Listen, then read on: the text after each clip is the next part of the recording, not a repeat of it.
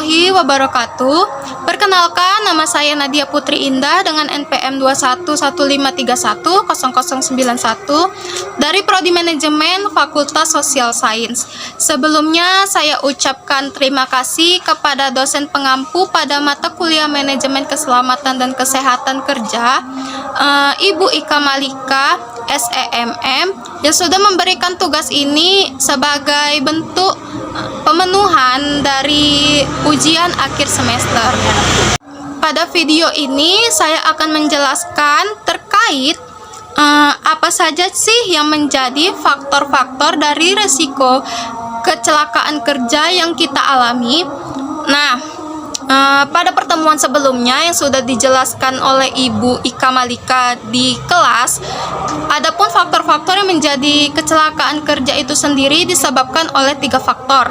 Yang pertama itu disebabkan oleh faktor manusia, yang kedua itu disebabkan oleh faktor lingkungan, dan yang ketiga itu disebabkan oleh faktor mekanik atau peralatan. Kecelakaan kerja sendiri terjadi karena adanya faktor resiko yang dapat berasal dari berbagai aspek seperti lingkungan, perilaku, dan sistem pengelolaan.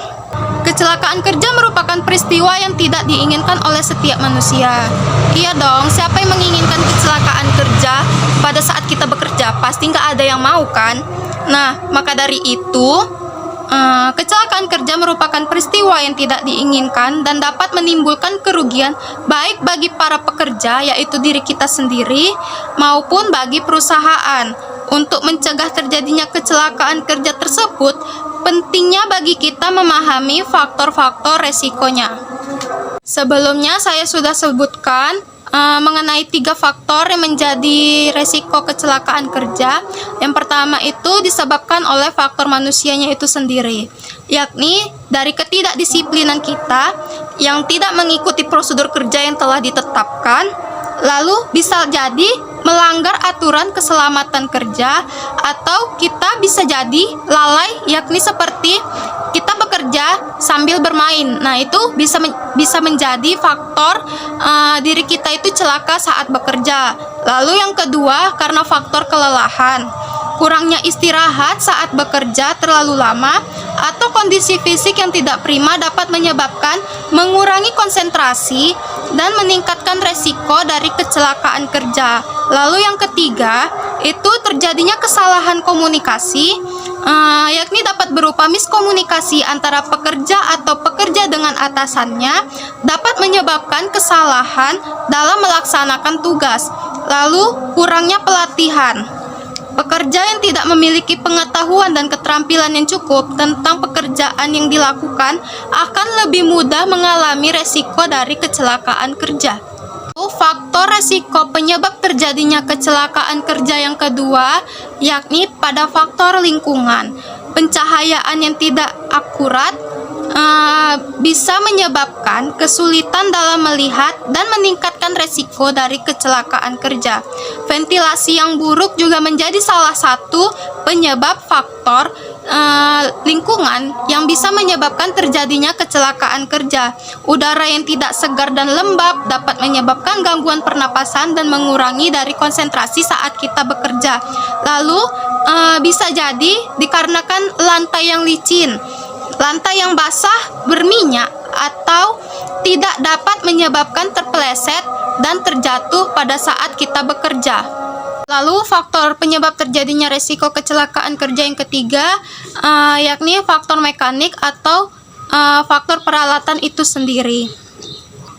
Pada faktor peralatan, kondisi mesin yang buruk, mesin atau peralatan yang tidak terawat dengan baik dan benar, atau tidak sesuai pada standar yang dapat menyebabkan terjadinya resiko kecelakaan kerja. Lalu penggunaan alat pelindung diri atau APD yang tidak tepat juga bisa menjadi faktor dari peralatan yang menyebabkan terjadinya resiko kecelakaan kerja.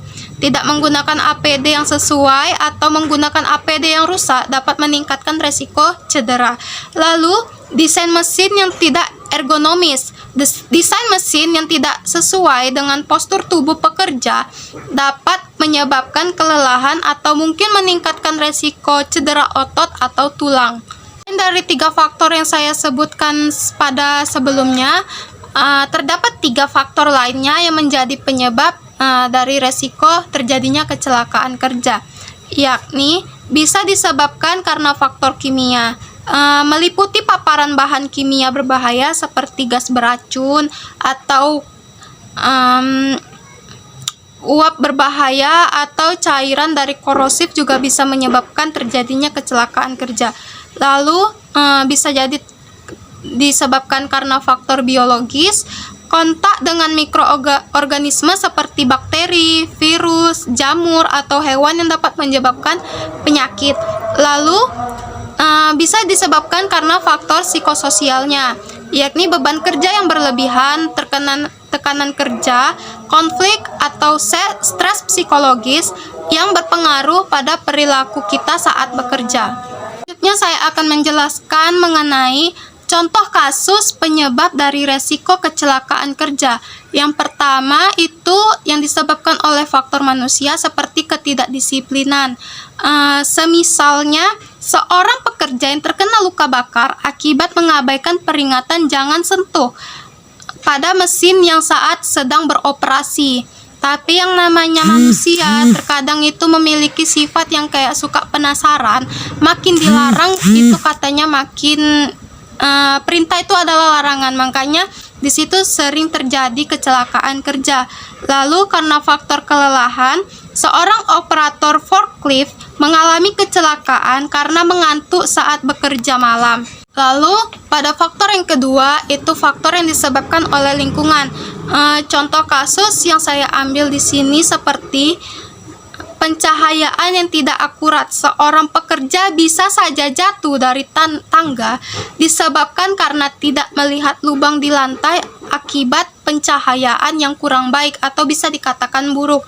Lalu dengan lantai yang licin, seorang pekerja bisa saja terpeleset dan jatuh di area produksi karena lantai yang sedang basah. Lalu pada contoh kasus dari faktor kecelakaan yang ketiga, itu disebabkan oleh faktor peralatan atau mekanik.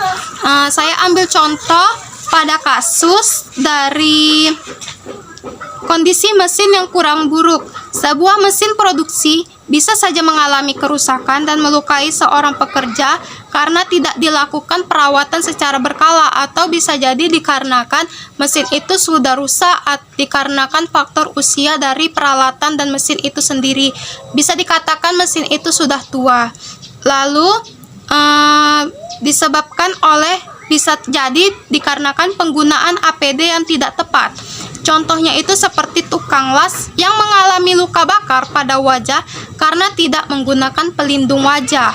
Lalu selain contoh kasus dari ketiga faktor yang saya sebutkan sebelumnya, yakni pada faktor manusia, lingkungan, dan pada faktor peralatan atau mekanik, pada faktor kimia yang sudah saya jelaskan sebelumnya, itu contoh kasusnya saya ambil seperti seorang pekerja yang terkena luka bakar akibat ketumpahan asam sulfat pada saat bekerja di laboratorium tanpa adanya alat pelindung diri.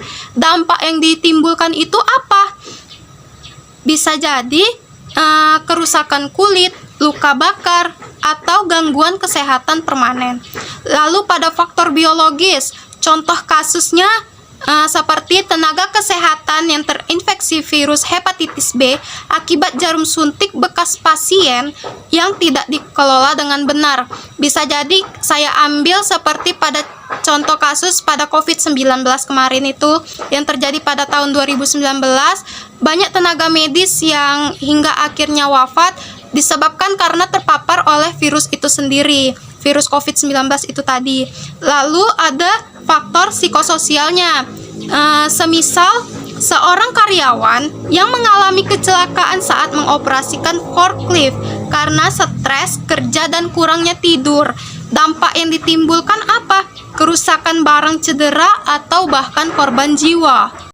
Nah, maka dari itu pentingnya bagi kita semua perlu diingati bahwa kecelakaan kerja dapat terjadi karena kombinasi dari beberapa faktor dan resiko yang sudah saya jelaskan sebelumnya.